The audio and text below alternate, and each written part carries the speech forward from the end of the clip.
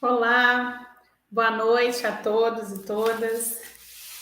Peço a vocês que a gente já está transmitindo aí, mandando o link para que as pessoas que estão inscritas vão acompanhando uma noite de programação da Semana de Direito Público da CEDIP. Lembrando aqui que o nosso objetivo com esse evento é divulgar o trabalho da CEDIP, né? E difundir o conhecimento da área de direito público. Nessa perspectiva, a gente, na noite de hoje, recebe, para poder conversar um pouco com a gente sobre planejamento tributário, o doutor Eduardo Rafael de Melo Souza.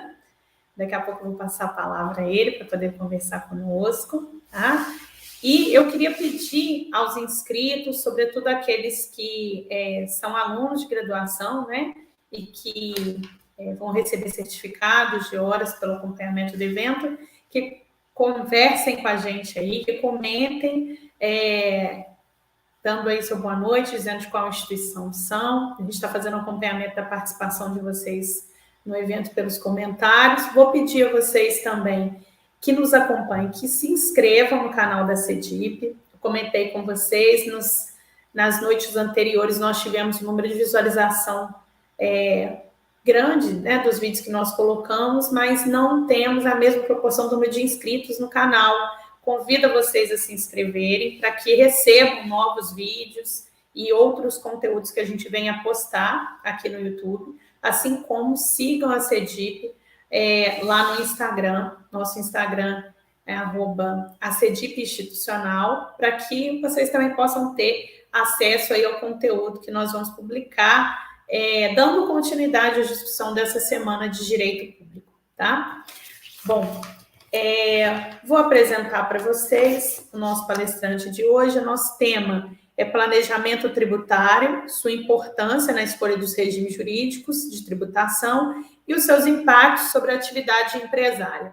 É claro que nessa uma hora, o doutor Eduardo vai instigar a gente a pensar o tema, um pouco mais de uma hora, a gente tem passado um pouco disso, e que a gente não vai esgotar os temas, algumas questões vão ter que ser perpassadas para que vocês tenham compreensão, mas a gente não vai ter condição de aprofundar tudo que esse tema nos proporciona, mas fiquem atentos, espero que vocês gostem. Em breve a gente vai ter muito mais novidade aí sobre planejamento tributário.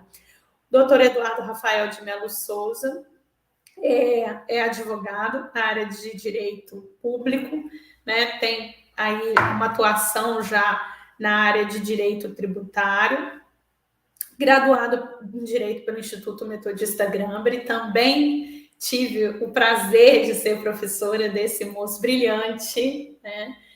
Como outros palestrantes que passaram aqui por nós ao longo dessa semana de direito público.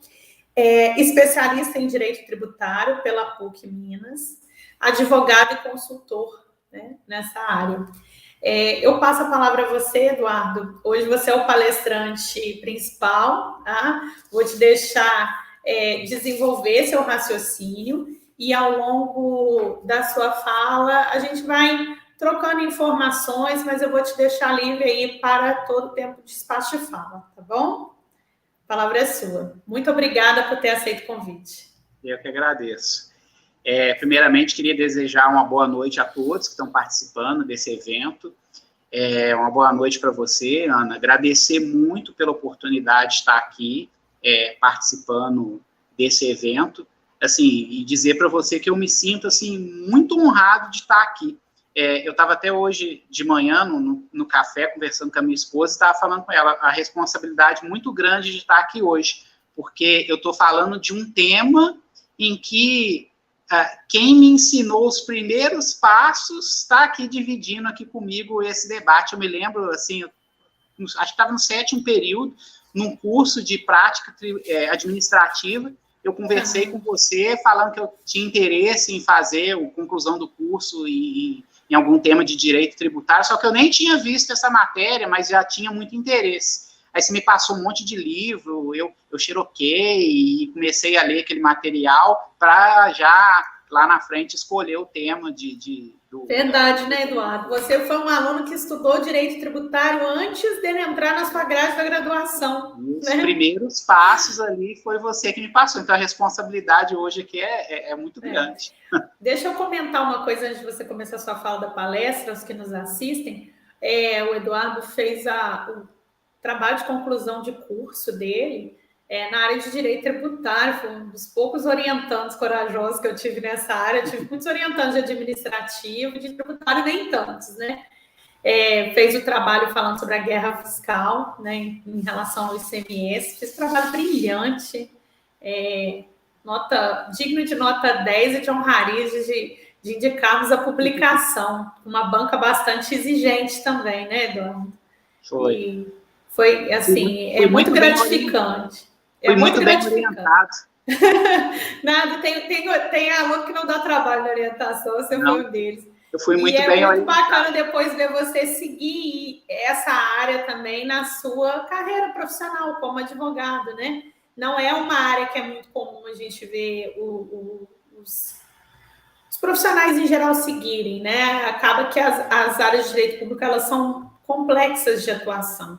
E, às vezes, as pessoas vão caminhar por caminhos um pouco menos complexos ou menos dificultosos. Então, eu fico muito feliz de ver o seu sucesso nessa área, né? Ver que você escolheu isso realmente como uma área para atuar profissionalmente e que você continua apaixonado, né, pelo tema. E eu tenho certeza que a gente vai gostar muito de te ouvir hoje, tá? Tá, obrigado. Eu até introduzi aqui a minha fala, justamente já dando sequência aí no que você disse. Eu acho que o direito tributário, de repente o pessoal que está ouvindo, está formando agora, ou acabou de formar, ou às vezes é um profissional que já está há um tempo aí atuando, quer dar uma renovada na carreira, né? Eu acho que é uma área, assim, extremamente promissora, tem muita oportunidade, tem seus desafios, como qualquer área, né? Mas é uma área de muitas oportunidades de trabalho e oportunidades, eu acho, de captação até de cliente, porque o direito tributário é uma área que, principalmente nesse contexto que a gente está vivendo, assim, de crise, de gente empresa passando dificuldade financeira, eu acho que o direito tributário, ele tem a agregar algo muito importante, que é economia, que é captação de restituição de tributos, que é resolução de problemas. Então, acho que é uma área que tem muito a agregar. Então, muito promissora para quem quer entrar nesse mercado e está disposto a enfrentar esse desafio, né? E o planejamento tributário dentro da estrutura do direito tributário é uma área, assim, uma área de chegada muito forte para quem quer entrar no mercado, porque ela vende muito bem isso, né? Eu acho que dentro dos temas de direito tributário, o planejamento é um tema, assim, dos mais concretos que tem, é muito prático, né? A gente, lógico, tem toda uma teoria, tem todo um conhecimento em cima dele, mas ele é muito prático, ele lida muito com a realidade do empresário, a realidade da empresa. Então, o advogado que vende esse serviço, ele entrega para o cliente realmente uma coisa muito, muito concreta, né? E a tributação, eu sempre gostei muito do direito tributário por causa disso. Eu acho que é um tema assim, que está presente em tudo. Quando a gente começa a estudar o direito tributário, a gente vê que ele está presente em tudo. Toda a estrutura que o Estado entrega, todos os serviços que são fornecidos pelo Estado, eles demandam dessa arrecadação do Estado, né? O Estado, ele não tem capacidade financeira autônoma, ele depende dessa arrecadação para entregar o seu serviço, segurança pública, garantir segurança jurídica, tudo, eu acho que todos os direitos que nós temos, eles dependem dessa arrecadação, né? A condição financeira do Estado, a estrutura econômica do Estado, ela depende dessa arrecadação, né? Então, o direito tributário, ele é fundamental. E é fundamental entender os caminhos, quando a gente fala da atividade empresária, os caminhos que o empresário ele pode adotar na estrutura da empresa, eles podem refletir diretamente na lucratividade dele, na capacidade econômica da empresa, e a legislação tributária, ela é complexa, é um tema complexo, né? Eu não posso chegar aqui e falar que, tributário é simples, você vai sair daqui hoje dominando. Não, é complexo, é desafiador, e é justamente por isso que não é um tema para amadores. A pessoa, ela precisa de um acompanhamento de um profissional. É aí que é importante, a pessoa que quer se capacitar, quer entrar dentro do direito tributário, quer vender esse serviço, ela tem oportunidade, porque não é um tema que o empresário consegue fazer, dar um jeitinho e resolver. Normalmente, os jeitinhos pioram os problemas, né? Então, o apoio técnico de um profissional, ele é muito importante nesse ponto. E nessa parte do planejamento tributário, normalmente, às vezes, as empresas às vezes, procuram algumas saídas que não são muito bem vistas pelo fisco, né? A gente tem um conceito que que existe a evasão fiscal e a elisão. A evasão, ela seria justamente a fuga da tributação, né? Seria meios ardilosos para tentar fugir da tributação, uma manipulação, simulação, e são práticas que, às vezes, são adotadas por algumas empresas, sem o apoio de um profissional especializado, e que podem gerar sérias complicações, multas, penalidades, exclusão de regimes, às vezes, mais favorecidos, e, em que, em alguns casos, pode até inviabilizar a capacidade econômica da empresa, leva a empresa até a quebrar, né? E nós temos também o planejamento tributário lícito, que é o que a gente fala que é a elisão, né? Que é esse planejamento lícito, que é a empresa adotar práticas de adoção um estudo da legislação, adotar o melhor regime de tributação, trabalhar com lacunas existentes na lei, meios lícitos, para poder se organizar, planejar sua atividade, né? E obter, através disso, uma redução da carga tributária, né? Eu acho que hoje a gente está vivendo um momento em que cada vez mais o Estado tem se especializando. Eu estava assistindo a palestra de ontem, estava falando sobre o compliance, e como esse tema é um tema que está ligado a tudo, né? Inclusive no direito tributário, você vê que essas ideias que as pessoas tinham antigamente, aí era autuado, eu não sabia que tinha que recolher a nota fiscal disso aqui, eu não sabia que isso aqui era desse jeito, eu agi de boa fé, isso não cola mais não, passou isso, não existe isso mais. Hoje em dia, a administração tributária é muito bem estruturada, e a cada dia as empresas têm que se adequar em relação a isso. Tem um tema que eu acho super interessante, que foi um tema, inclusive, que eu trabalhei com ele na conclusão da pós-graduação, que é sobre o aproveitamento de crédito de ICMS quando a empresa anterior foi considerada inidônea pelo fisco. E eu acho que retrata muito bem isso. Porque, às vezes, a gente tem uma empresa que vai aproveitar aquele crédito e a empresa anterior não foi declarada inidônea pelo fisco. Aí, o entendimento era que, se a empresa posterior que aproveitou o crédito agiu de boa-fé, então tem que valer aquele crédito.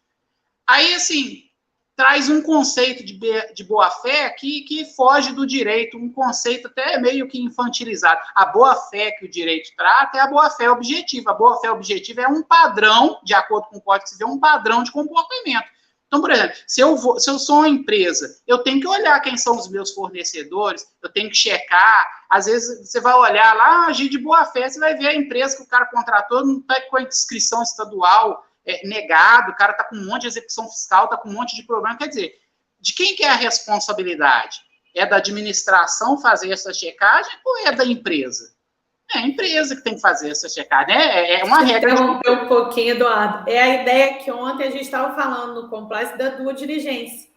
Que, na verdade, não é só você se diligenciar dentro da estrutura da sua empresa, mas você diligenciar com relação aos seus fornecedores, né? Com certeza. Então, hoje, essa estrutura, ela não é mais uma estrutura só de conformidade dentro da sua própria empresa, né?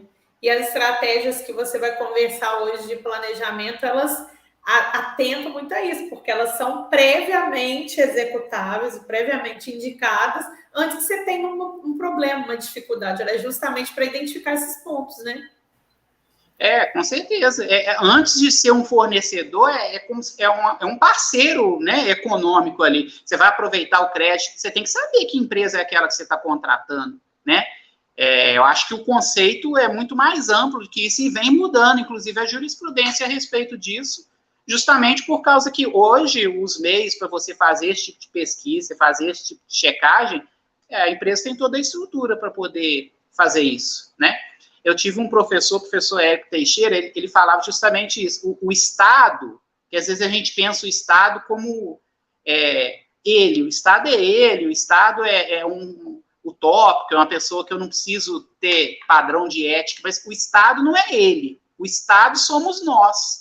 Quando você gera um prejuízo para o Estado, você onera o Estado com a maior fiscalização, você está transferindo uma coisa que era do particular para toda a sociedade. Quem tem que se estruturar e adequar para fazer essa checagem é a estrutura da empresa, né? Então, aí entra essa questão da importância do planejamento. O planejamento tributário não é um ônus para a empresa. A empresa tem que enxergar isso como uma oportunidade e aquilo vai agregar para ela, né? E hoje, o que acontece? O planejamento tributário, ele segue alguns requisitos, né? Alguns requisitos que a legislação, alguns critérios que a legislação tem, alguns critérios que os tribunais administrativos seguem, e eu queria trazer isso aqui. É o aspecto cronológico, que eles vão analisar, porque acontece, o planejamento tributário ele tem que ser anterior ao fato gerador. Ele tem que ser anterior, porque se for posterior, o fisco pode entender aquilo como uma evasão, né?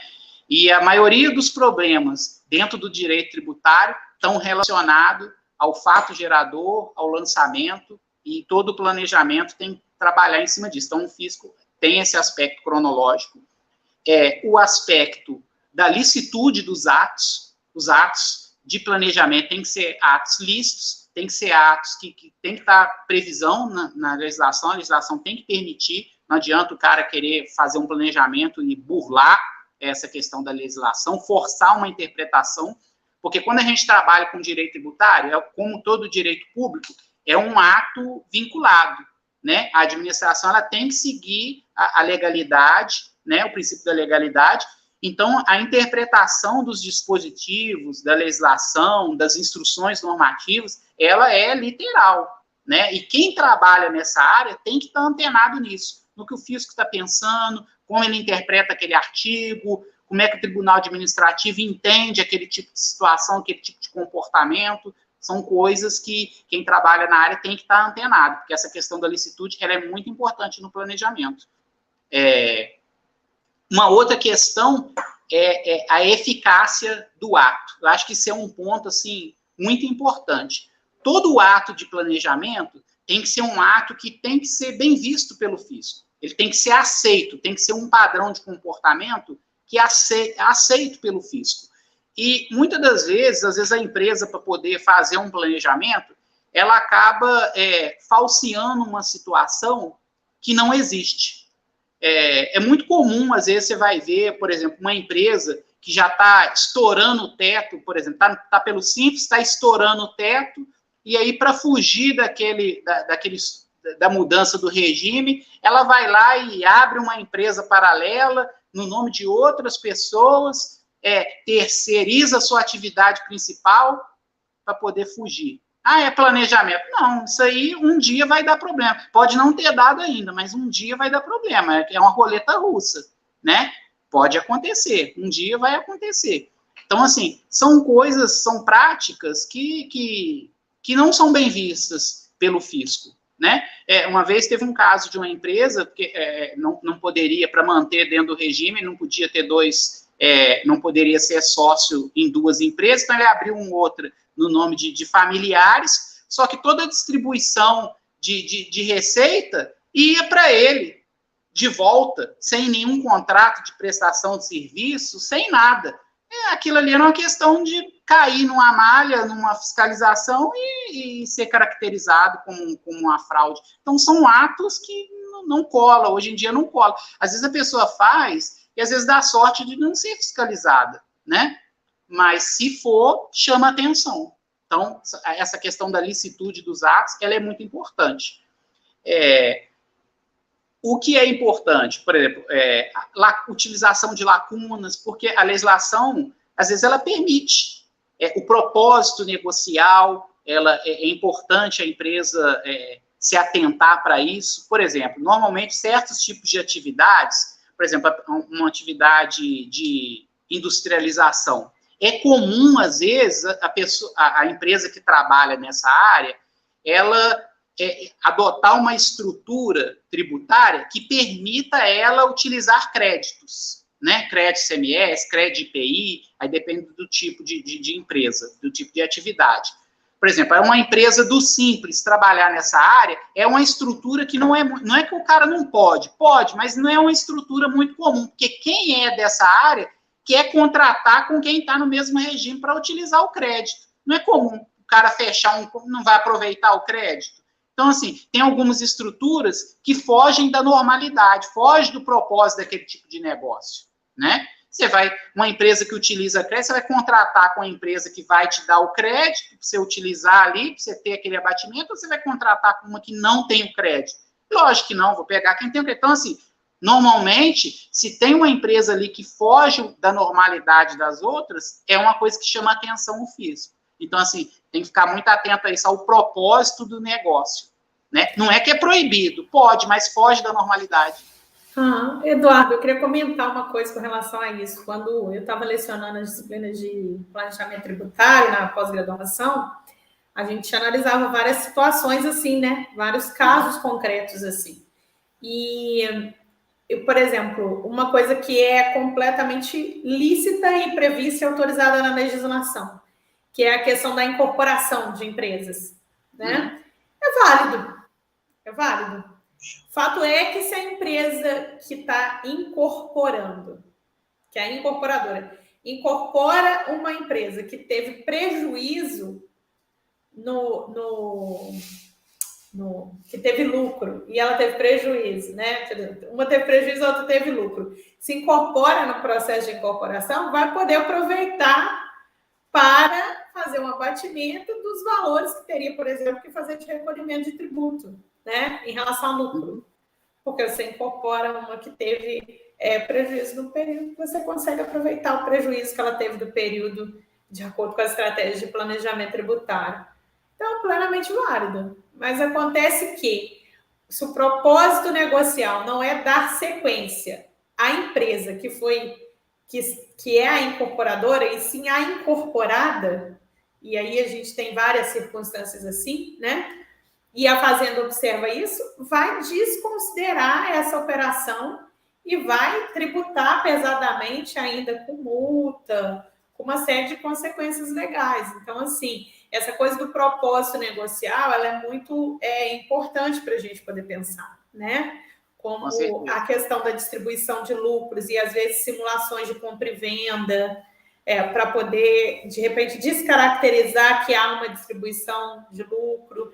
Então, uma série de atitudes, às vezes, que são lícitas do ponto de vista do ordenamento jurídico, mas que no propósito que está sendo realizado é de criar mecanismos de evasão de recolhimento de tributo, vão ser situações que vão ser vistas à lupa, né, pelos órgãos de controle. Então, tem que ter muito cuidado, porque tem muita gente, muito advogado, apresentando uma série de saídas para empresas como formas de economizar tributo ou até mesmo de recuperar crédito, que são sinais de alerta de problemas sérios futuros, né?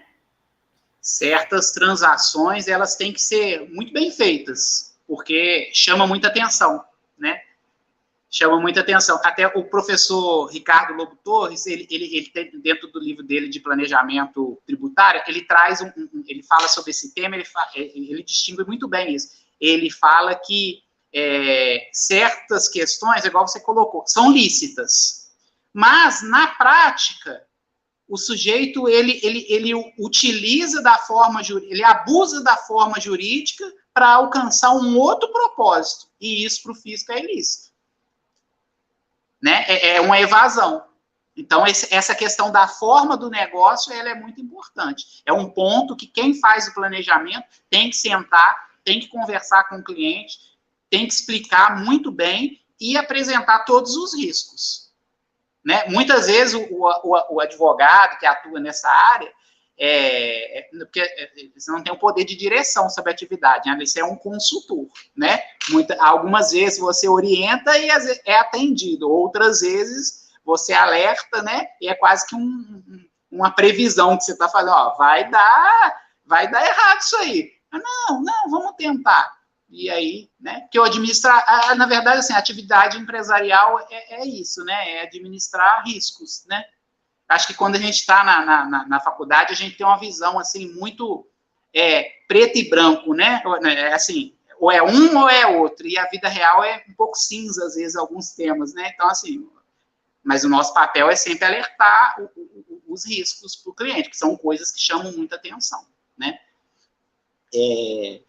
Então, são alguns requisitos que os tribunais administrativos seguem, inclusive o CARF, que é o Tribunal de Recursos Administrativos na esfera federal, ele tem jurisprudência a respeito disso, que para um planejamento tributário, ele ser lícito, ele tem que respeitar a licitude das operações, tem que ter a ausência de abuso de direito ou de forma, tem que ter esse propósito negocial bem observado, né? E o Código Tributário, lá no artigo 116, ele fala isso, né? Eu vou tomar até a liberdade aqui de ler, que ele fala isso, ó, a autoridade administrativa poderá desconsiderar atos ou negócios jurídicos, é justamente o que você está colocando aí. A administração tributária tem esse poder, praticados com finalidade de dissimular a ocorrência do fato gerador, né? Do tributo ou da natureza dos elementos constitutivos da obrigação tributária. Então, essa é uma questão muito importante, porque a administração, se verificar que houve uma fraude, que houve uma dissimulação para poder alterar ali a verdade dos fatos, ela pode desconstituir aquilo. E isso é muito grave. Dentro desse contexto, por exemplo, uma empresa que é optante pelo simples, que está acostumada a pagar ali uma tributação reduzida, se comparada com outros regimes, e ela é desconstituída, ela vai pagar multa, ela vai receber tributação retroativa desde lá de trás. Então, assim, é muito oneroso. Às vezes uma empresa estava acostumada a pagar ali 2 mil, 3 mil, de repente vem cobrança retroativa de ICMS, 200 mil. Aquilo toma pancada, o cara quebra, acabou a empresa, acabou a atividade. Então, tem que tomar cuidado com isso, né? Então, é justamente isso. Esse planejamento mal feito pode gerar desenquadramento da atividade, exclusão do regime, juros, correção monetária, e, inclusive, crime tributário. Pode configurar, né? Então, e penalidades administrativas também, né? Então, é uma questão muito importante, a questão do planejamento, daí que entra a importância do profissional, a oportunidade que você encontra nas áreas, que assim, é uma área, com certeza, extremamente especializada, mas é uma área que tem muitas oportunidades de trabalho. Pessoa que quer entrar nessa área, está saindo agora, está formando, é um campo que tem muita oportunidade de trabalho, com certeza. Porque um planejamento bem feito, não são muitos os profissionais que têm essa capacitação. E aí, assim, são várias... A questão do planejamento tributário é um tema muito rico, é um tema, assim, muito profundo. São várias questões que a gente pode abordar aqui dentro do planejamento tributário. Hoje eu quis trazer, assim, só um pedacinho para quem está nos ouvindo aqui hoje ter uma noção disso, que é a questão do planejamento tributário dentro dos regimes que a empresa vai escolher. Assim, minha ideia aqui, longe de querer esgotar o tema, não tem como, cada regime desse, se a gente for pegar para estudar mesmo, são aulas e aulas, você vai estudar imposto de renda, são aulas disso, é um tema muito profundo. A minha ideia é que você mais dá uma noção do que seria isso, né? Então, assim, são vários os regimes de tributação, tem regimes especiais, e eu escolhi, assim, alguns que são os mais importantes, que é o real, o presumido, o simples e o MEI, para poder falar aqui hoje, né? Na verdade, quando a gente fala de regime, a gente pensa que, assim, dependendo da atividade, dependente da adoção, da escolha da empresa, a forma de tributação de um complexo de tributos será diferente. Quando a gente chama lucro real, presumido, simples, na verdade a gente está... porque a gente tem o hábito de colocar o nome no regime pela forma que ela é tributada pelo imposto de renda, né? Inclusive, assim, eu queria começar aqui pelo real, que eu acho que, assim, quando a gente entende o real, depois a gente vindo explicar os outros, é mais fácil, né? E, na verdade, o lucro real, ele é a forma, digamos, mais justa de tributação, porque o lucro real, ele vai trabalhar com a tributação de todos os tributos, em separado, apurando lucros, apurando prejuízos, e com diferentes formas para diferentes atividades. Então, por exemplo, uma empresa que é pelo lucro real, que está pelo lucro real, ela vai apurar o ICMS, ela vai apurar o imposto de renda, ela vai apurar a contribuição social sobre o lucro líquido, o PIS, a COFINS. Então, ela vai fazer essa arrecadação de tributos separados. Qual é o legal do lucro real? Por exemplo, uma empresa que fechou em prejuízo, ela vai poder utilizar aquilo ali para poder abater, fazer essa compensação. Ela vai apurar, vai pegar a receita bruta dela e vai abater os custos empregados na operação. Então, ela vai pegar e ela vai pagar realmente em cima daquilo que o lucro verdadeiro da atividade, né?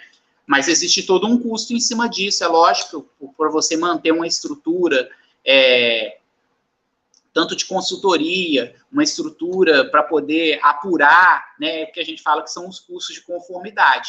Então, a empresa, quando ela vai adotar o regime, ela analisa isso. Normalmente, às vezes, a pessoa pensa, né, a maioria das pessoas pensa, o simples é o melhor regime porque é mais simples de apurar, é mais barato, mas, às vezes, para determinadas atividades, ele não é interessante, né? Até porque o simples, de simples, ele só tem um nome, porque de simples ele não tem nada, né? E nem sempre ele será o melhor regime, em muitos casos, não.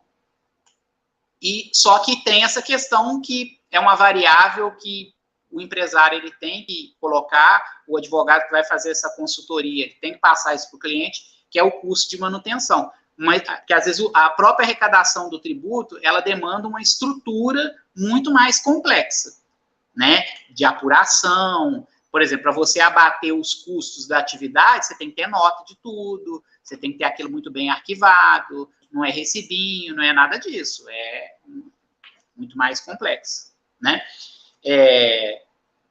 E o lucro real, ele tem a questão também, por exemplo, quando a gente vai trabalhar com PIS e COFINS, na maioria dos casos, pelo lucro real, o PIS e a COFINS, eles podem ser não cumulativos, o que, para determinadas atividades, aquela questão que já tinha colocado do crédito, é muito interessante, né? O que é o regime não cumulativo? Determinados tributos, eles incidem em várias etapas da cadeia. Então, vamos trabalhar com uma indústria, uma empresa que trabalha com atividade industrial. Aqueles insumos ferro ou outros tipos de insumos que vêm lá atrás, eles são tributados, incidir o tributo, ela vai trabalhar aquela transformação, vai incidir novamente, ela vai vender, vai incidir novamente, e uma atividade, vários espaços dentro da cadeia vão abatendo aquele crédito. No regime cumulativo, o próprio nome já diz, aquilo vai se somando, foi tributado, não aproveita o crédito de novo, tributa de novo, tributa, e aquilo vai somando, né? No PIS e COFINS, existe uma diferença nas próprias alíquotas do não cumulativo, do cumulativo, daqui a pouco eu vou passar, vou passar aqui essa diferença. Mas, assim, no geral, o lucro real, ele tem essas questões de ser um regime muito verdadeiro, que se a empresa realmente ela fechou no vermelho, ele vai poder abater. Se ela teve prejuízo no ano anterior, ele pode abater, né? Normalmente pode-se escolher se vai ser a apuração, vai ser mensal ou trimestral,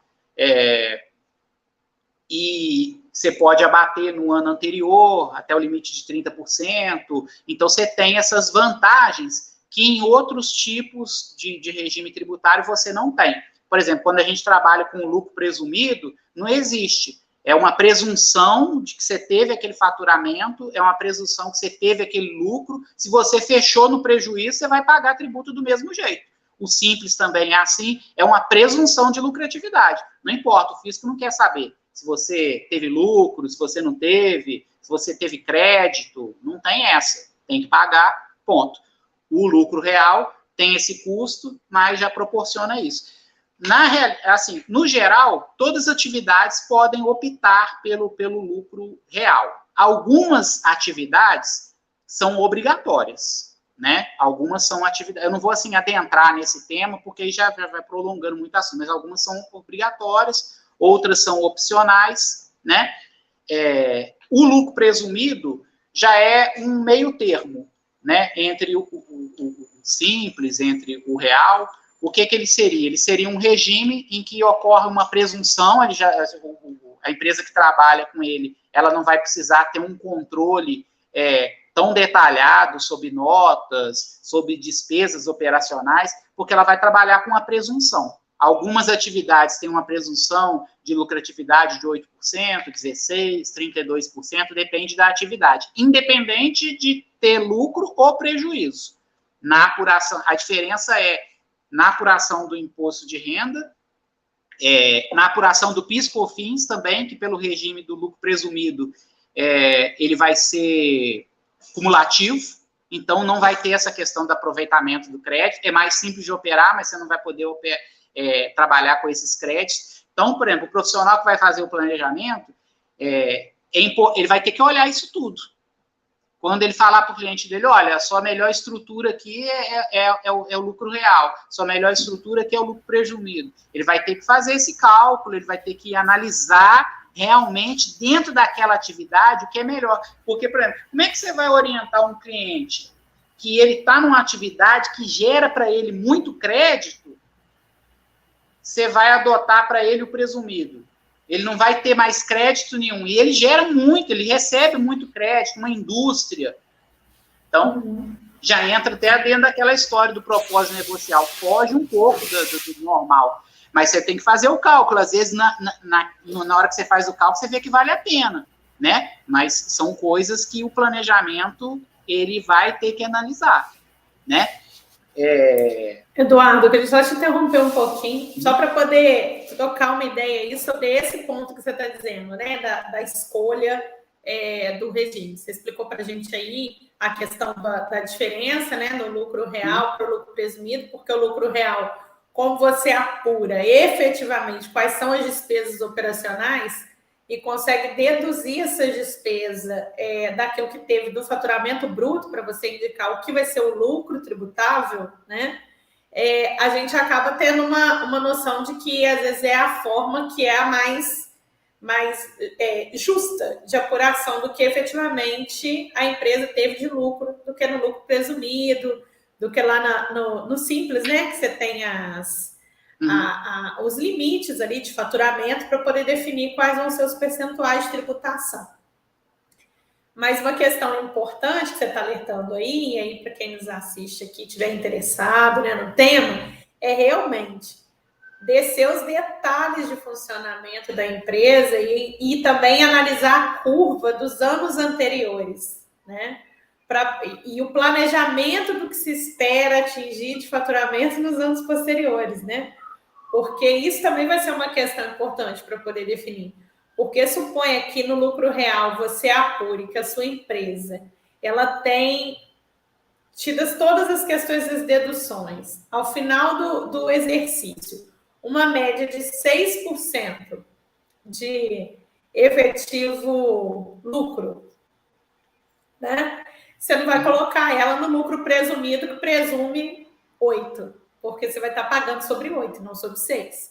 Mas suponha que você fechou e observa que a sua empresa tem uma margem de rentabilidade que é muito maior do que aquela. E o lucro presumido te dá a possibilidade de fazer o seu recolhimento sobre uma presunção de 8, você pode começar a pensar na possibilidade de um lucro presumido, caso você não seja uma empresa obrigada ao lucro real.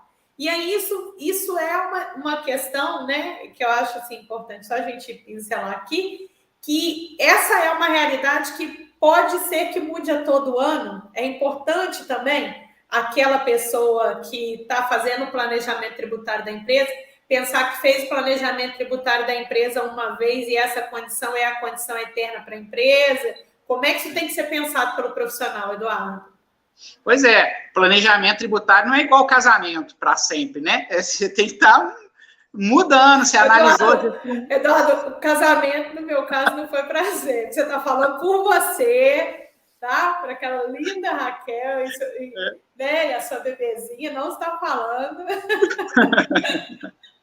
Mas vamos lá, até casamento a gente tem que reexaminar todo ano para continuar indo bem, entendeu? Mas o planejamento, mais ainda, tem que estar sempre mudando, tem que estar sempre analisando, porque muda muito, o cenário econômico vai mudando, é igual você colocou. Se a empresa tem uma lucratividade, por exemplo, a atividade imobiliária, que lá no lucro presumido é 32% de presunção, se ela está fechando com a margem aí de 40%, 50% de lucro, cara, não, é o presumido. Você vai ter uma estrutura muito menos sofisticada para manter aquela tributação e a presunção para você é favorável. Né? Essa distinção também tem que ser analisada.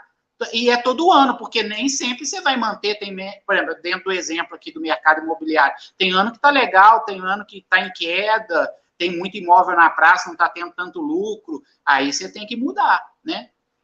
Então, o profissional que trabalha, o papel aí do advogado que trabalha nessa parte, não é só contencioso, não, só quando acontece o problema. Não. A parte de consultoria dentro do planejamento, ela é muito demandada. Aliás, eu acho que até a parte que se sobressai é justamente a consultoria, que é um trabalho de prevenção para você reduzir a tributação e para você evitar problemas, né, com o fisco. Então, eu acho que isso é importantíssimo. E o lucro presumido, ele tem isso, assim, eu estou até pedindo desculpa, porque às vezes a pessoa depois vai pegar, vai estudar, e você vê que o lucro presumido, o lucro real, isso é um mundo de coisas, assim, que eu estou falando, assim, de uma forma muito pinceladinha, muito simplificadinha, assim, só para o pessoal ter uma noção, né, longe de querer esgotar e explicar a matéria, não é esse aqui o objetivo. É um tema, assim, seria palco de várias e várias aulas, né? Mas só para ter, assim, uma noção. O outro regime que a gente tem, que eu acho que, assim, a maioria, é o cenário da maioria das empresas no Brasil, é o Simples Nacional. Porque o Simples Nacional, na verdade, ele não é um tributo, é um complexo de tributos que tem uma forma facilitada de cobrança, e uma facilitação também das obrigações tributárias, né? Então, a empresa que adota ali o Simples Nacional, ela vai recolher dentro daquele complexo o imposto de renda, a contribuição sobre o lucro líquido, a contribuição previdenciária patronal, o PIS, COFINS, IPI, o ICMS ou ISS, dependendo da atividade. É uma forma de apuração menos complexa, da mesma forma que o lucro presumido também trabalha com uma presunção de lucratividade, não é nada específico, né? Não vai apurar como no real o que a empresa teve de lucro, na verdade, vai trabalhar com uma presunção. Dentro do Simples, a gente tem vários anexos que distribuem a tributação de forma diferente.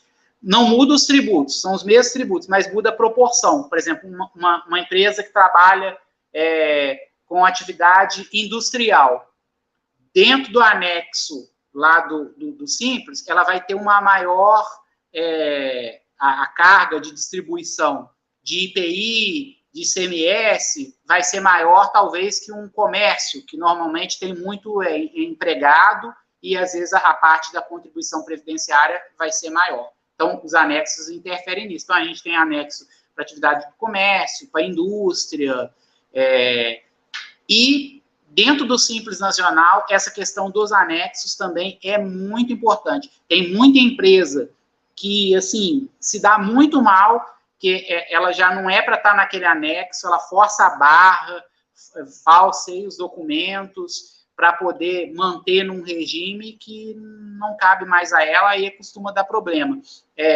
O Simples Nacional, apesar de ser facilitado, ele tem vários requisitos, tem requisito de renda, tem requisito da própria estrutura, alguns tipos de atividades. Eu não vou entrar aqui em detalhes, mas assim, tem vários tipos de atividades que não podem fazer parte do Simples Nacional,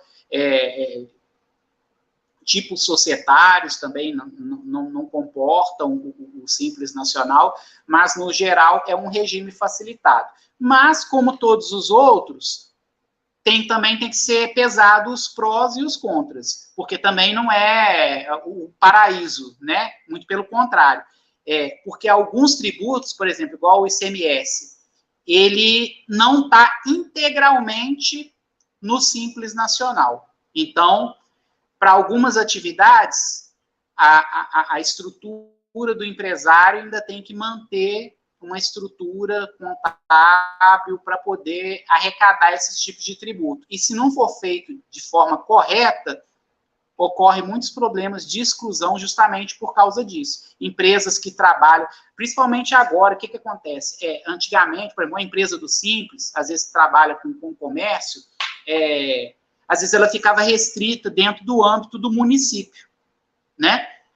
Agora, com essa questão do comércio eletrônico, o cara tem uma empresa aqui em Juiz de Fora, não tem nem sede física, e ele vende para qualquer lugar do país. Vende online, vende no Mercado Livre, e aí a gente já está trabalhando com ICMS, com alíquota interestadual, de FAO, o cara no Simples. E ele vai ter que manter isso, porque senão ele pode ser excluído. Então, é importante analisar isso. Entendeu? Então, assim, são coisas que influenciam. Então, o Simples, ele é mais simples do que os outros, mas eles têm toda uma diferença a respeito disso, de recolhimento, principalmente de ICMS, ISS, que tem que ser observado e que pode fazer toda a diferença, né? É uma questão que tem que ser observada. Existem várias discussões dentro do...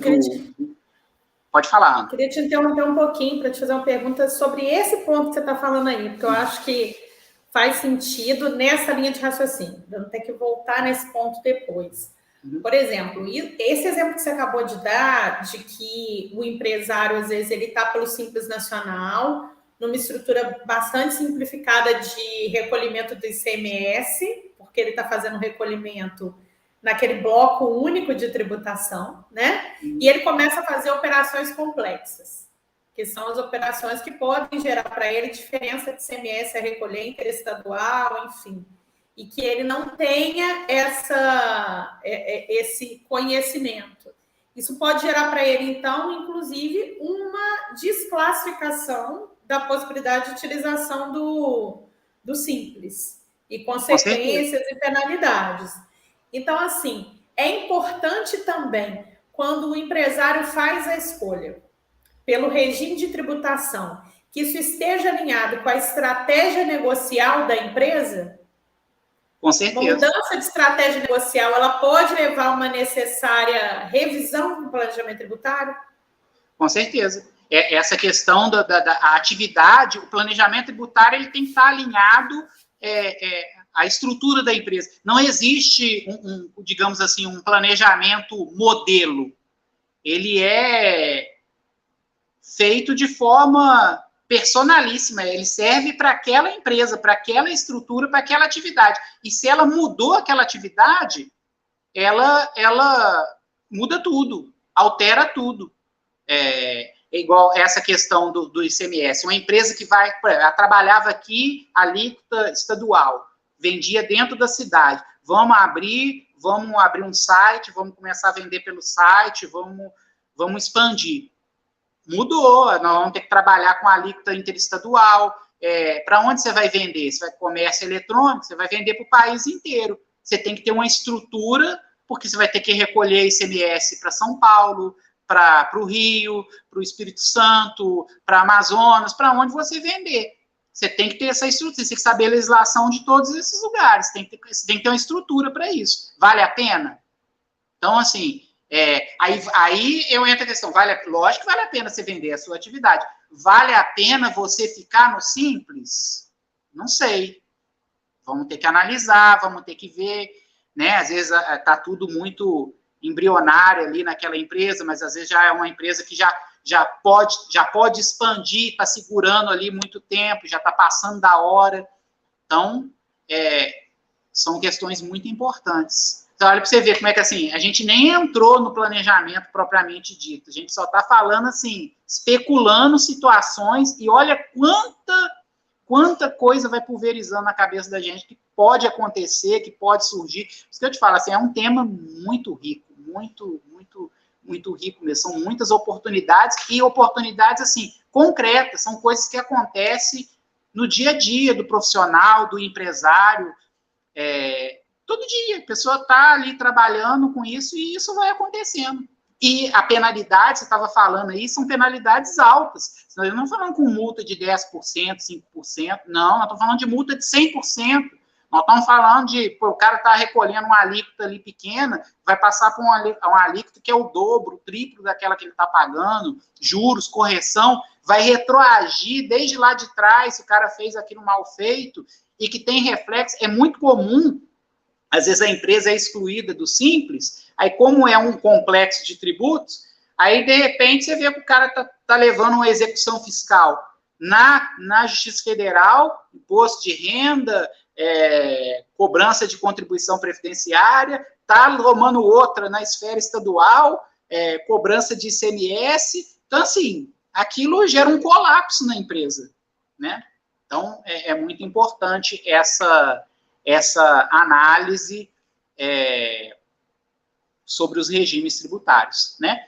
E, assim, aí, o primeiro aqui, que é o regime, assim, mais simples, a gente tem o MEI, né? Que é um muito conhecido, que seria, assim, o primeiro passo daquele empresário que ainda está muito embrionário, está ainda na ilegalidade, ele está querendo se profissionalizar, está querendo sair para o mercado, seria o primeiro passo para a formalização, que é um regime, assim, digamos assim, em termos de tributação, imbatível, né? É um complexo, também, é um regime que tem várias exonerações, né? O MEI, ele vai trabalhar, ele é exonerado de imposto de renda, pessoa jurídica, IPI, contribuição social sobre o lucro líquido, COFINS, PIS, né? Ele vai gerar contribuição para a Seguridade, ICMS e ISS, num valor mínimo, salvo me engano, no contribuinte, atividade que trabalha com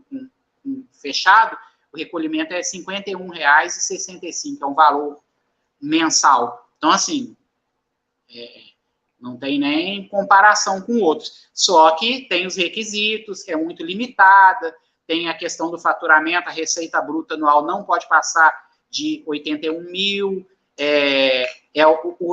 a opção pelo regime também é o simples, mas como é no MEI, a gente fala que é o CIS-MEI, que é, digamos assim, é o simples do MEI, né? É mais simplificado, mas também tem os seus problemas. É um regime, assim, vamos dizer assim, inicial, porque a pessoa que trabalha, o empresário individual que trabalha com ele, na verdade, assim, é um regime para o cara começar.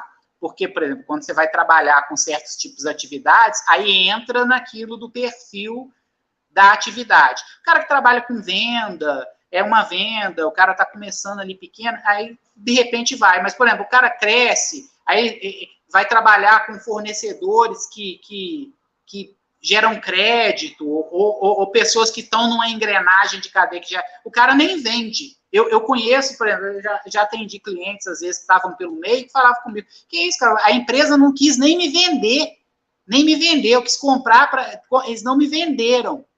É justamente por causa disso. A opção do regime não gera crédito, não gira na engrenagem do que aquela empresa está começando a trabalhar. Então, não gira volume, não gira nada. Então, o cara não quer nem conversa com você, quer nem te atender. Acaba que limita, né, Eduardo? Limita a quem está optando pelo MEI, mas limita toda uma cadeia também, né? E aí, de fato, assim, pode ser que nesse sentido acabe sendo um regime que exclua esse empresário individual, vamos dizer assim, esse microempreendedor individual, de relações mais complexas com empresas que tenham essa possibilidade de aproveitamento de crédito, né? Com certeza. Em alguns casos... várias coisas têm que ser levadas em consideração. Se você é um MEI que está com um faturamento muito próximo de um Simples Nacional, talvez não seja muito vantajoso estar pelo MEI, seja mais vantajoso fazer essa transição. Então, são muitas coisas, né? Muitos detalhes para serem observados na prática. Assim, no senso comum, às vezes a pessoa pensa assim, o bom é esse aqui, que eu vou pagar pouco, é esse aqui que é o legal. Nem sempre, às vezes aquele ali vai te limitar, você não vai conseguir sair, você não vai conseguir entrar na engrenagem, porque as empresas que estão naquele perfil de atividade tem engrenagem, empresa que aproveita crédito, então você não consegue entrar na cadeia produtiva, você não consegue fazer contato com o fornecedor, você não consegue vender, porque o cara que você vende seu produto está acostumado a comprar de empresa que gera crédito. Se você não gera crédito, ele não quer comprar de você, para que ele vai pagar mais tributo? Né? Nem que se você tiver um preço inferior. Então são coisas que têm que ser levadas em consideração, esse planejamento dentro dessa estrutura da atividade empresarial, né? É um tema, assim, muito importante. Você vê, assim, aqui a gente só pincelou alguns pontos, longe de querer esgotar qualquer tipo de tema. Isso, assim, são tributos, assim, regimes de tributação profundos, coisa, assim, para a gente sentar, estudar, fazer um curso só sobre isso, assim, e eu acho que o direito tributário ele é muito desafiador. Pelo menos, assim, eu vejo por mim, assim, eu acho que quanto mais eu estudo, de repente eu me deparo com um tema assim, nossa, eu não sabia isso. E você é desafiado a estar aprendendo. Então, assim, eu estou só pincelando alguns cenários, e aí a gente ainda vai trabalhar com vários cenários. Existem discussões, igual lá dentro do lucro real que a gente estava falando, dentro da receita bruta, existe discussão a respeito do que é receita, né? O que é receita? É tudo que entra, entendeu? As despesas que pode deduzir, o que pode deduzir, o que não pode. Então, assim, são as discussões, assim, às vezes um teminha pequeno gera discussões enormes e vai influenciar, às vezes, em milhões, dependendo da lucratividade da empresa. E né? inúmeras instruções normativas, né, Dona? Sobre o tema, justamente porque tem muita dúvida. Então, o fisco também vem cada vez mais detalhando isso em normas infralegais para tentar orientar a aplicação prática também, não só dos seus fiscais, mas o comportamento das empresas, né? Então, cada área, cada ramo empresarial, cada área dentro do próprio ramo, cada tipo de mercadoria, às vezes, vai ter um tratamento diferente, o serviço vai ter um tratamento diferente. Então, eu acho que, assim, Você trouxe para a gente uma visão geral muito bacana sobre a questão da necessidade do planejamento tributário, que não é uma questão simples que pode ser uma tomada de decisão pelo departamento contábil da empresa, né?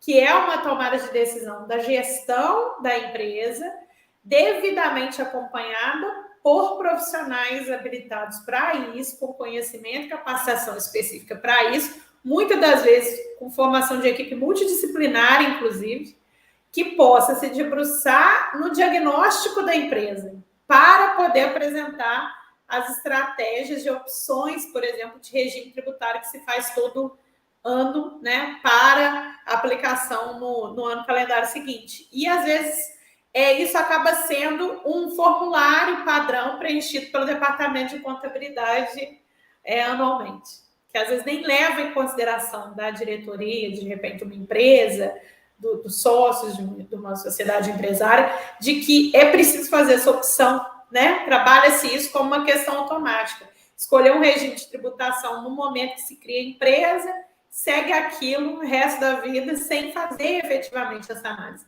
E nas empresas de pequeno porte, nas microempresas, empresas de pequeno porte, isso ainda é uma realidade ainda mais vivenciada, né? Porque como podem ser optantes pelo simples, às vezes não está fazendo análise nem de quais são aquelas alíquotas de simples de acordo com o desenvolvimento e faturamento da empresa, para poder avaliar se deixou ou não de ser razoável para a empresa estar optando pelo simples, né? Com certeza.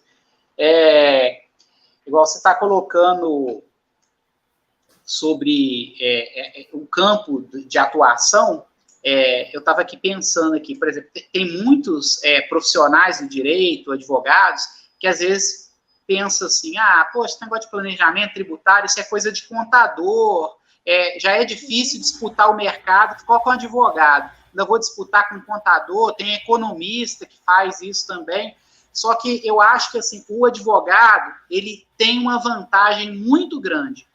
Por quê? É lógico que assim, o dia a dia, o advogado ele não vai trabalhar com operacional, com recolhimento, isso é o papel do contador, realmente. Mas essa consultoria, essa estrutura, ou às vezes quando surge o contencioso, é o advogado.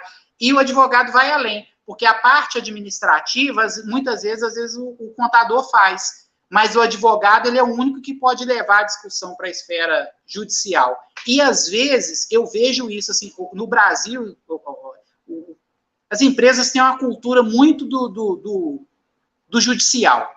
Acho que pesa muito a sentença. Se a gente, às vezes, leva assim, olha, isso aqui, o tribunal aqui em Minas está decidindo assim, o conselho administrativo decide assim, pode fazer. Não, mas entra com ação declaratória, eu quero uma sentença do juiz falando que eu posso. Não, mas é que o tribunal. Não, mas eu quero a sentença.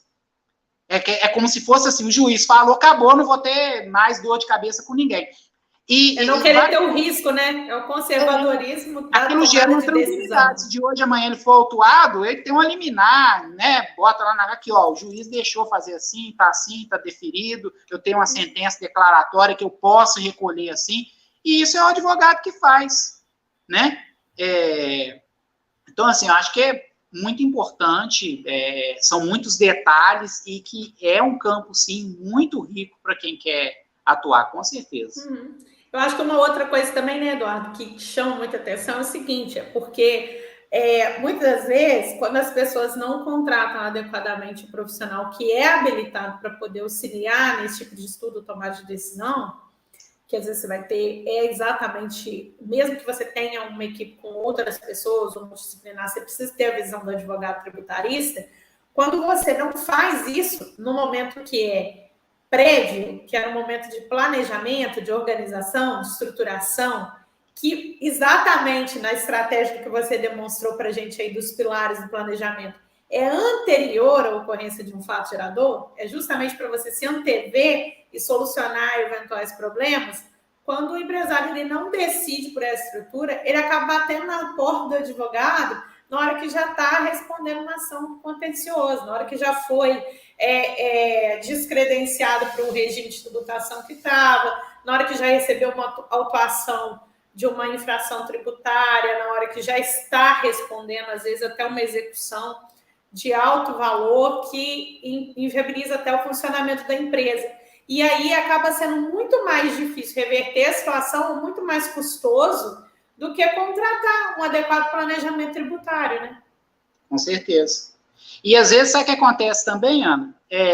Às vezes a empresa está perdendo dinheiro e não sabe. Uma coisa que acontece muito, porque, por exemplo, quando você vai contratar, que é diferente, por exemplo, tem empresas, tem contadores especializados em empresas do Simples. Um exemplo. Aí se chega uma empresa do Real, do Presumira, não, só trabalho com a empresa do Simples, que é tipo um trabalho massificado, né? É tudo a mesma legislação, é o mesmo aprofundamento, é a mesma atualização, então ele vai trabalhar para todo mundo do mesmo jeito. Aí, muitas das vezes, passa batido igual a questão do PIS/COFINS. Existe o PIS/COFINS monofásico. O que é o monofásico? Ele incide em uma única fase da cadeia. Normalmente ele já veio lá da industrialização, foi recolhido, vendeu para a empresa do Simples. Na empresa do Simples, quando vai recolher o Simples, ela tem que destacar com zero, alíquota zero, aquele PIS/COFINS, porque ele é monofásico e já foi recolhido lá atrás. E aquilo passa batido, o contador lança de novo e vai embora, e às vezes uma vida toda recolhendo PIS/COFINS em duplicidade, aquilo gera crédito para a empresa e ela nem sabe que tem crédito. Ou às vezes acontece mesmo, também, né, Eduardo? Ou até mesmo algum ramo, né, que tenha, por exemplo, uma tributação diferenciada em termos de ICMS, que pode acontecer. Vou dar aqui um exemplo. Hortifruti, por exemplo, em que, dependendo se você tiver na sua faixa de faturamento pelo Simples, você vai estar recolhendo a maior ICMS com longa data. E aí teria a possibilidade, às vezes, de uma recuperação, mas está informando no todo, como faz para todas as empresas. Não está tendo uma orientação adequada específica para aquela atividade, né? E aí também entra uma questão, né? Porque na recuperação de crédito, isso também é um objeto de estudo, por exemplo, do planejamento tributário? Com certeza. Muitas vezes, dentro da estrutura, tanto a gente vai identificar, corrigir erros para frente, né, corrigir para que não seja mais adotada aquela prática, gerar uma economia para o futuro, mas identificando erros no passado, aquilo vai gerar um crédito. E existem muitos. Essa tese mesmo que eu falei aqui do PIS/COFINS monotese, nem vou falar que é tese, porque isso é um entendimento pacífico que você não precisa nem colocar na justiça. Administrativamente, você gera essa restituição, que isso é uma coisa assim, você recolheu errado, você tem direito a restituir. E aqui você gera crédito para a empresa, você vai fazer um planejamento, cobra um valor para fazer o planejamento, o que você gera de lucro de restituição para o cara paga seus honorários e ainda gera lucro para a empresa. Paga o planejamento e ainda entra numa perspectiva de economizar para o futuro. E essa questão, por exemplo, dos tributos do PIS/COFINS monofásico, são empresas do dia a dia, farmácia, lanchonetes, incide sobre refrigerante, bebidas, coisa farmácia, lanchonete, qualquer lugar tem, sabe? Não é aquele cliente, chegar à indústria, que isso, advogado, acabei de formar agora. Não, cara, o seu Zé ali da padaria pode ser seu cliente, tem crédito, sabe? O cara ali da lanchonete do seu bairro pode ser seu cliente, ele tem crédito. Ele também precisa desse planejamento. É muito palpável, tá ali, ó. É o direito do dia a dia. Verdade. Eduardo, você ainda vai comentar com a gente o caso prático que a gente colocou no e-book ou não? Você deixou ali mais para exemplificar? O que você quer fazer? Ainda tem tempo? Eu estou meio perdido. Tem tempo, temos 1h08, tem pessoas nos assistindo, a live fica gravada, outras pessoas vão poder nos assistir depois, tem acontecido muito, às vezes a gente não atinge um ao vivo tão grande, porque está no horário também que as instituições voltaram a ter as aulas presenciais, né? Mas que as pessoas estão nos assistindo depois, então eu acho que é enriquecedor. Se você puder comentar um pouquinho aí o caso prático que você separou para a gente, depois a gente vê se o pessoal tem alguma pergunta. Enfim, a gente tá tão prazeroso que me dá vontade de encerrar também, né? Isso que a gente estava falando sobre a semana. Todos os dias a coisa flui tão bacana que vai chegar no final, a gente sabe que tem que encerrar, mas a gente não encerra o debate, né? A gente encerra a transmissão e a gente vai continuar depois trazendo conteúdo também sobre esses temas aí nos canais da CEDIP. Mas comenta para a gente o caso, eu acho interessante. Vou comentar, sim. Eu lancei esse caso prático, tá, no e-book.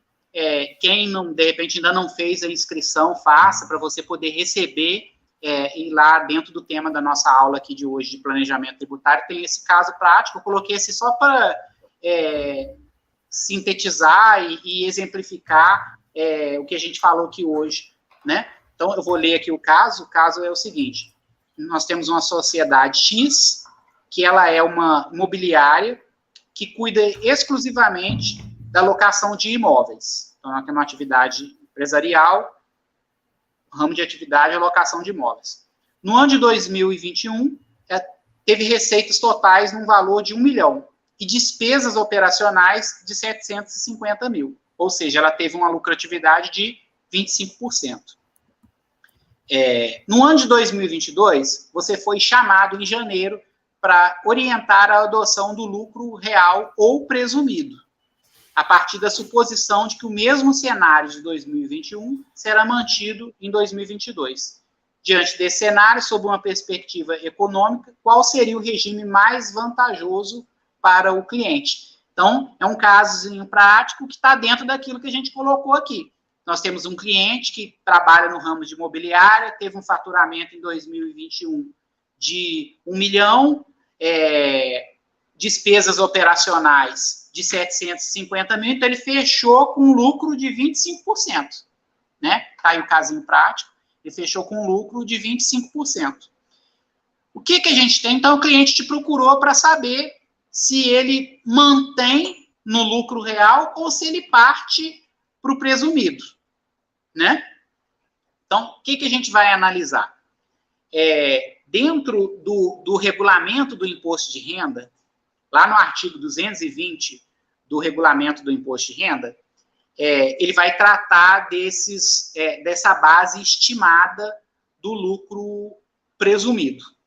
E lá diz que a base de cálculo estimada de lucratividade para empresas que trabalham no ramo de cessão de bens imóveis, locação, administração de imóveis, é de 32%. Então, a gente está trabalhando com a empresa que teve um faturamento de 1 milhão e despesa de 750 mil. Então, ela teve uma lucratividade de 25% no real. Quando a gente vai trabalhar com o presumido, esse mesmo faturamento, existe uma presunção de lucratividade de 32%, ou seja, maior do que o que realmente a empresa teve. Então,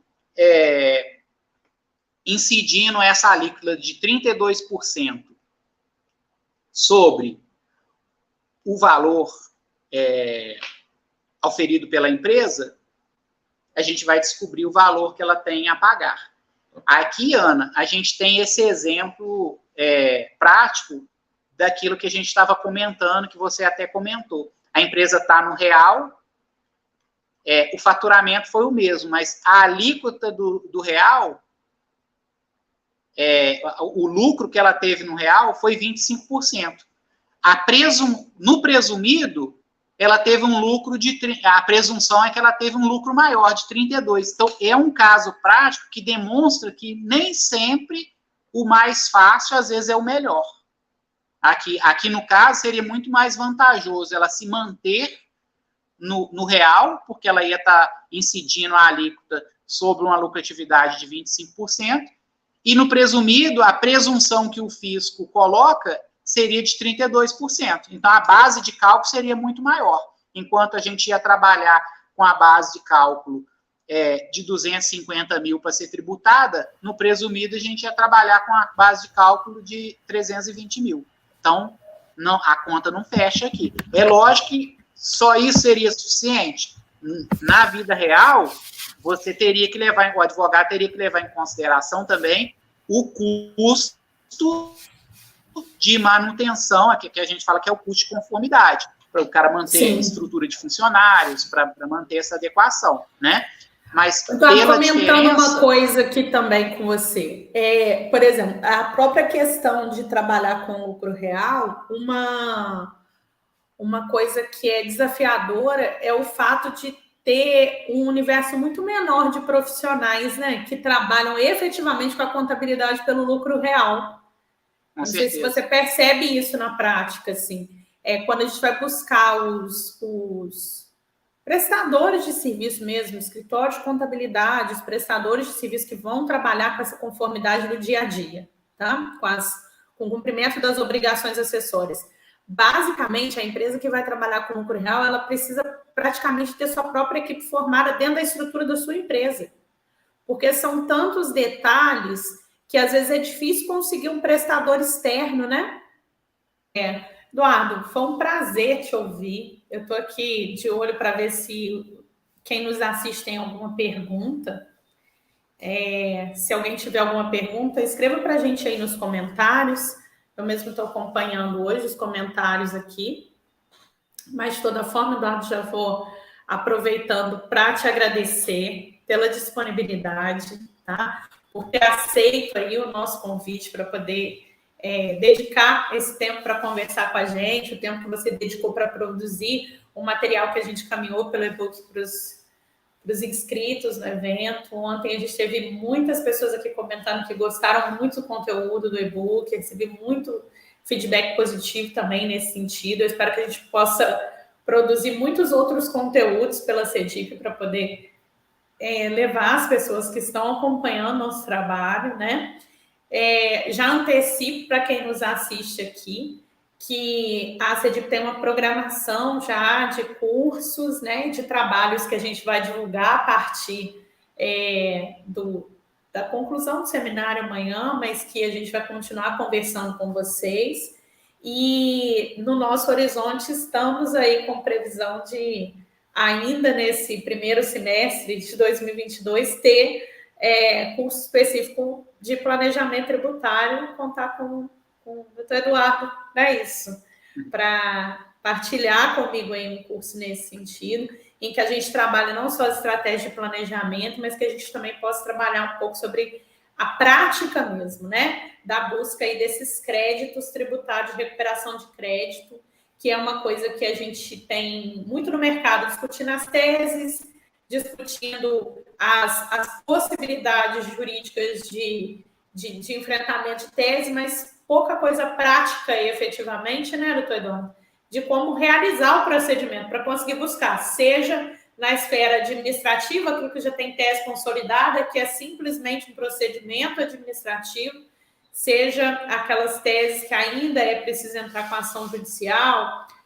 como a gente vai estar peticionando, como a gente vai estar fazendo aí o protocolo do requerimento administrativo para recuperar esses créditos, é o nosso objetivo. A gente tem um curso específico para isso, então quem nos acompanha também, vá mandando aí mensagem para a CEDIP no direct, dizendo se vocês têm interesse nesse tipo de treinamento, né, de capacitação, porque isso também vai gerando para a gente a ordem de demandas que a gente vai atender nos treinamentos que a CEDIP pretende promover. É o objetivo da CEDIP sempre promover treinamentos muito práticos, voltados à atuação mesmo do profissional de direito público, que é uma carência que a gente percebe no mercado, né?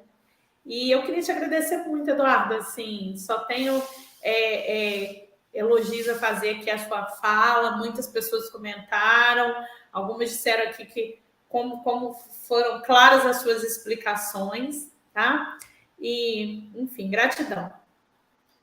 Eu que tenho a agradecer, Ana. Eu me sinto assim, fico muito honrado de estar aqui, igual eu coloquei no início, assim, só gratidão por estar aqui e falando de um tema que eu gosto muito, sou apaixonado por esse tema do direito tributário e conversando aqui com você que me ensinou aí os primeiros passos aí no direito tributário, eu fico muito feliz tá? Muito feliz. E falando de um tema, assim, de questões, igual você está colocando a questão prática, olha, já são 7 anos que eu me formei e tenho atuado na advocacia. Eu me formei, logo formei, comecei a advogar e estou aí nesse ramo até hoje. E assim, olha, eu vou te ser sincero, quanta cabeçada, tá?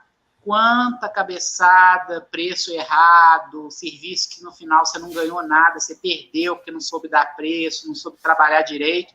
E assim, fui aprendendo com erros, com os meus erros, assim, vim de uma família que não tem nada, não tinha nada com advocacia, então assim, entrei de cabeça.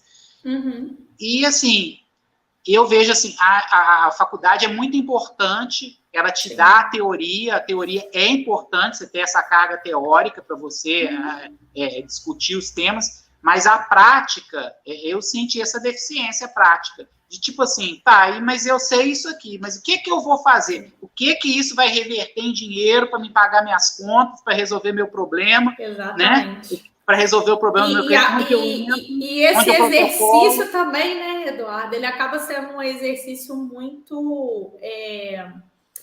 eu estou tentando achar aqui um termo para poder dizer, mas acaba sendo um exercício muito solitário também, né? Porque você, enquanto... Eu converso com os alunos até hoje, muitos dos meus ex-alunos estão trabalhando, estão fazendo uma coisa e me ligam, Ana, estou com uma situação assim, eu estou com dificuldade de precificar isso, ou eu estou com uma dificuldade de enxergar que caminho que eu vou usar aqui para poder atender essa demanda. Por quê? Enquanto vocês estão em sala de aula, é dúvida, levanta o dedo e pergunta para o professor, né? Quando vocês saem para o mercado para poder atuar, às vezes é muito difícil essa atuação profissional, porque você está no mercado em que você, na verdade, não tem parceiros. Infelizmente, essa é uma realidade da advocacia. Na verdade, você tem concorrentes. Então, às vezes, você acaba de atender um cliente, dá um orçamento para o cliente, ou dá um caminho para o cliente vira as costas para a porta do lado e contrata com um colega seu que cobrou um pouco menos, porque já sabia o caminho. Então, esse é um grande desafio, né? E em matéria de direito público, o universo também de pessoas, às vezes, capacitadas para poder discutir os temas num patamar que realmente esclareça as dúvidas, também é algo difícil. Então, Eduardo, até aproveitando a sua fala, essa é uma questão que a gente vai estar fazendo muito pela CEDIP, tá? Amanhã eu vou conversar um pouco com quem estiver nos assistindo sobre quais são as primeiras ferramentas que a CEDIP vai estar disponibilizando, além de todo o conteúdo gratuito pelos nossos canais, a gente vai ter a possibilidade de mentoria profissional, que é justamente esse bate-papo com aquela pessoa, esse tira dúvida, com aquela pessoa que está no mercado, acabou de ir para o mercado, está atuando, inclusive, em outra área, que é atuar nas áreas de direito público, e que tem essas dificuldades no dia a dia. Então, nossa equipe vai estar disponível para poder conversar sobre essas questões e ajudar a esclarecer esses caminhos, que eu acho que, assim, é algo que é essencial para quem está atuando nessa área, né? Com certeza. Com certeza. Então, assim, eu queria te agradecer demais, dizer a vocês que, quem nos assiste, que amanhã nós teremos a questão da nossa palestra de encerramento. Eu vou estar conversando com vocês sobre a nova lei de licitações, sobre tantas alterações que essa legislação trouxe, os desafios que vai ser, tanto para os municípios quanto para os licitantes, de se adequar a essa nova realidade. O doutor Daniel Costa vai estar aqui comigo também. E a gente vai ter a oportunidade de mostrar para vocês o espaço que se vai ter de atuação profissional a partir da necessidade dessa atualização e dessa adequação desses órgãos e desses licitantes, tá? Para quem é estudante, é essencial rever tudo isso, porque às vezes vê licitação no começo da faculdade, não visita mais, isso já está sendo cobrado nos exames de concurso. As bancas da CESP, enfim, as principais bancas já estão cobrando. E o pior de tudo, gente, a pior notícia, estão cobrando as duas leis, né? Estão cobrando a nova lei, mas como tem ultratividade da lei 8666 da 10520, estão cobrando as duas leis e fazendo questões de comparação com ambas as normas. Então, acompanha com a gente aqui. Eu espero vocês amanhã às 19 para a gente poder fazer o encerramento da nossa semana de direito público. E acompanhe para a gente continuar fazendo essas discussões. Na descrição do nosso vídeo vai ter aí também o contato do Dr. Eduardo. Quem quiser continuar depois desse debate com ele vai poder entrar em contato pelo Instagram, não é isso, Eduardo? Pode sim. Você já está na descrição? Sim, tá. Nós vamos colocar na descrição. Empresas que, de repente, tenham interesse em contratar o serviço de consultoria, entrar em contato com o doutor Eduardo, vão ter aí os contatos para a gente poder continuar esse debate, tá? Agradeço demais a todos que participaram, tá? A gente teve aqui Daniel, acabou colocando aqui para a gente também um comentário aí, dando parabéns. Eduardo da Raquel está acompanhando aí, né? Disse assim para o papai que estamos acompanhando, tá? Fico muito feliz de tê-los todos aqui hoje e até amanhã. Muito obrigada. Obrigado, boa noite.